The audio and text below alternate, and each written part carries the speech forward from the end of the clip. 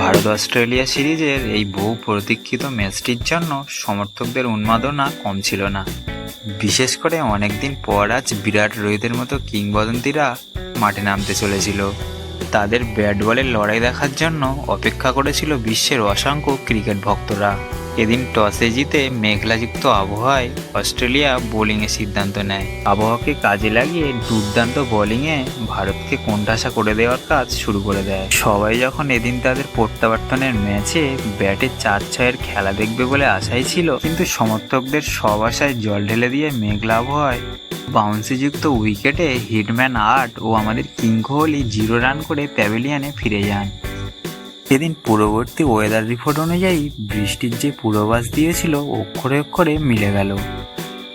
ম্যাচে একাধিকবার বৃষ্টির কারণে 50 ওভারের ম্যাচ এদিন এসে দাঁড়ালো মাত্র 26 ওভার।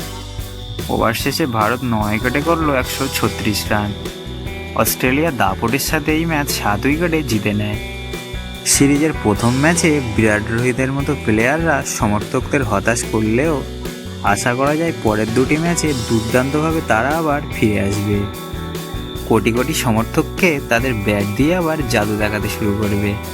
তবে এদিন ম্যাচে রোহিত বিরাটের আউটের মতো আরও একটা বিষয়ও হলো, যা সমর্থকেরা দেখে নিজেকে কোনো মতে বিশ্বাসই করতে পারছিল না।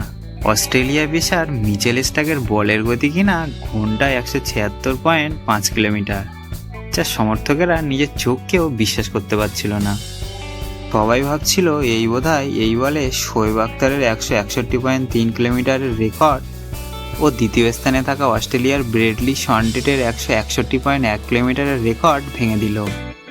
ম্যাচের প্রথম বল হওয়ার পর স্পিডোমিটারে স্টার্কের বলের গতি দেখা যায় 176.5 কিলোমিটার। এরপর ঘটে আসল চমক। স্পিডোমিটারের প্রযুক্তিগত ত্রুটির কারণে আসলে এমনটা হয়েছিল।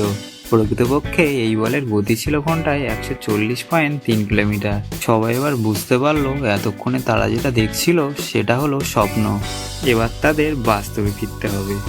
তো চলো এবার ভিডিওটা শেষ করা যাক। ভিডিওটা ভালো লাগলে অবশ্যই লাইক কমেন্ট করে জানাবে।